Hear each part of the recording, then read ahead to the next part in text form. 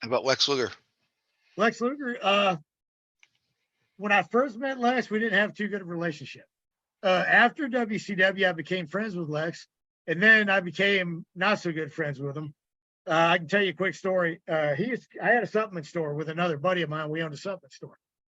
Lex used to come in the store, and of course, he always wanted What kind of store? I couldn't hear a that. supplement where we Oh, got sold it, got like it. protein, vitamins, Yes, and all that kind of stuff. sure. So, so I became friends with him during that period. So then he had that incident where I think he was in California and had that stroke or whatever he did with his neck and stuff. So he came back not so good, and then I was still like I kept in contact with him. So then he was kind of a dick there for a minute. So one night I saw him in a Publix down here in Atlanta, close to where I was living at the time. And I saw him in there. I was going to buy some eggs, and I seen him, and I tried to avoid him because I didn't want to say nothing to him. So I was like, I started walking away. Well, he saw me, and he goes, "Hey, Alan," and I was like, "Shit." So I walked over there. I was like, "What's up, Lex?" And I was kind of being short with him, and because he was always an asshole, to be honest with you. And so I was like, he goes, "Hey, can I ask you an honest question, Alan?" He just out of the blue said this, and yeah, I said. Yeah, you can ask me whatever you want, Lex. What's on your mind? He said, he goes, "Hey, some people say I was kind of mean to him in the wrestling business. What can I ask you what you thought of me?" And I looked at him and I said, "Well, do you want me to be honest with you? Or you want me to lie to you?" He goes, No. Be honest with me." And I said, Lex, in my opinion, you were one of the biggest assholes I ever met in the wrestling business. Right to his face. And he almost started crying. And he gave me a big hug, and he was like, he literally had tears in his eyes. He's like, "I'm so sorry," and da da da. And I said, "Well, if you're really sorry," I said, "I accept your apology. I said, we can be friends." But I said, it's kind of good to get that off my chest because you were an asshole. And he said, "Thank you for being so honest with me." And then we became pretty good friends from there. And then after he had his accident, he called me and wanted me to pick him up at his apartment downtown Atlanta to take him. He was going to take me to lunch.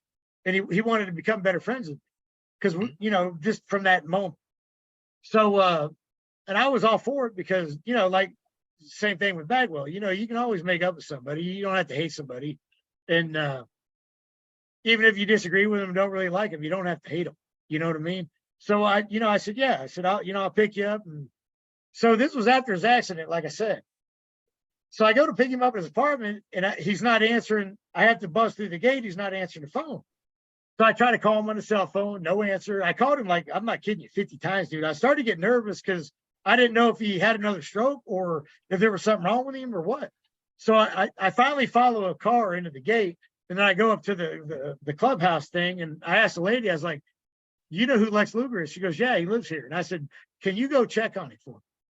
She goes, "No." And I said, "Well, can you give me I didn't know his apartment number or anything." And she goes, "No, I'm not allowed to get that information." I said, "I understand that." But I said, "If you can't go check on him, I'm going to call the cops for like some kind of courtesy call or a welfare check or something." So she's like, "No, I'll send somebody over there to check on him." So they're knocking on the door. He didn't answer. She come back and said, "We were knocking on the door. He didn't answer." And I said, "Well, you can't go in and check and see if he's laying on the floor." And long story short, he wasn't there.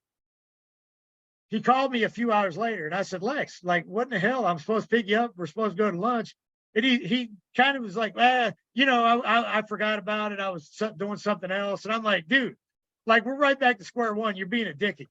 Like, if you want to be my buddy, why would you do that to somebody?" So then I fell for that shit again. He said, "Oh, you want to go to church with me some night and we'll go eat dinner?" Yeah, great. That'd be awesome. Did it to me again. So then I said, "Fuck it, I'm done. I'm done with it." So, I still like say hey to him or whatever if I passed by and saw him, but I was done with him. I wasn't his buddy no more. So then actually flash forward, I was with Chris, and Chris actually said something to me because we seen him up in Nashville at Flair's last match. So me and Crowbar go up to talk to him, and Arn Anderson and Brock Anderson was there. So we're talking to them. And so Lex is standing there and I'm looking at him and I'm like, "Hey, Lex," and I'm kind of being a smart ass, but I'm like, "Hey, Lex, you don't remember me, do you?" He's like, "I do remember you. I do remember you." And I'm like, "Yeah, what's my name, Lex?" Like I was being a smart ass. Chris like, dude, lighten up. I said, I'm laying this shit in. Fuck him. You know, and I know he's in bad shape, but guess what? You're a dick your whole life. Right. I don't owe you an apology. You owe me an apology. Right. So I said, Lex, I said, really? I said, if you know me, I said, what's my name? Not thinking that I'm any better than him, but dude, you treated me like a dick. Tell me my name. And he didn't know my name, but he knew my partner's name. And I'm like, you know my partner's name in the supplement store, but you don't know my name. I said, to hell with you, Lex. I said, I'm done with your ass. And he's like, well, you know, he shook my hand. And I did. Chris kind of was like, hey, dude, lighten up, man. But I was like, you know what? I'm over him. I'm done with him.